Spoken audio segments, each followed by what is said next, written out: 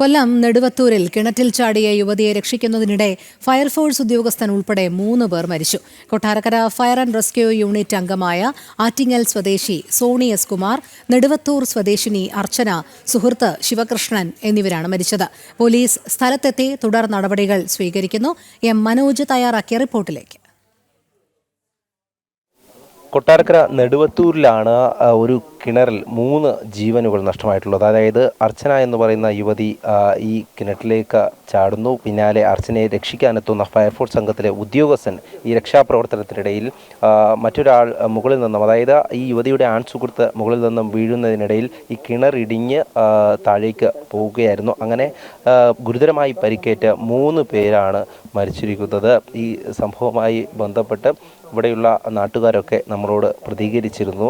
ഇവിടെ കഴിഞ്ഞ ദിവസം രാത്രിയിൽ വലിയ തർക്കമുണ്ടായി എന്ന് തന്നെയാണ് മനസ്സിലാക്കുന്നത്. ഈ അർച്ചനയെ ഈ ആൺസുഹൃത്ത് മർദ്ദിച്ചതിൻ്റെ ദൃശ്യങ്ങളടക്കം പുറത്തു വന്നിരുന്നു. ഈ സാഹചര്യത്തിലാണ് ഒരു വാക്ക് തർക്കമുണ്ടായി അർച്ചന ഇവിടേക്ക് ചാടിയിട്ടുള്ളത്. ഇവിടെ എത്തിയിട്ടുണ്ടായിരുന്ന ഫയർഫോഴ്സ് ഉദ്യോഗസ്ഥൻ അദ്ദേഹം ഈ കയറ് കെട്ടി, അതായത് നെറ്റിലാക്കിയ ശേഷം രക്ഷിക്കുന്നതിനിടയിലാണ് ഈ മുകളിൽ നിന്നും ഈ ആൺസുഹൃത്ത് എന്ന് പറയുന്ന ഈ വ്യക്തി താഴേക്ക് മറിഞ്ഞ് വീഴുന്നത്.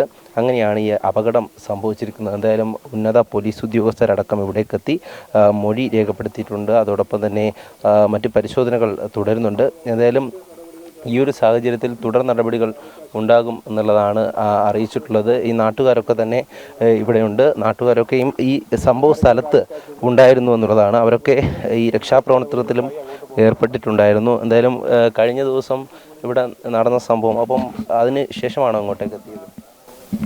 ഞങ്ങൾ 1 മണിയായപ്പോൾ ഇവിടെ എത്തി. ഇപ്പോൾ എന്താ അറിയാൻ കഴിഞ്ഞത്?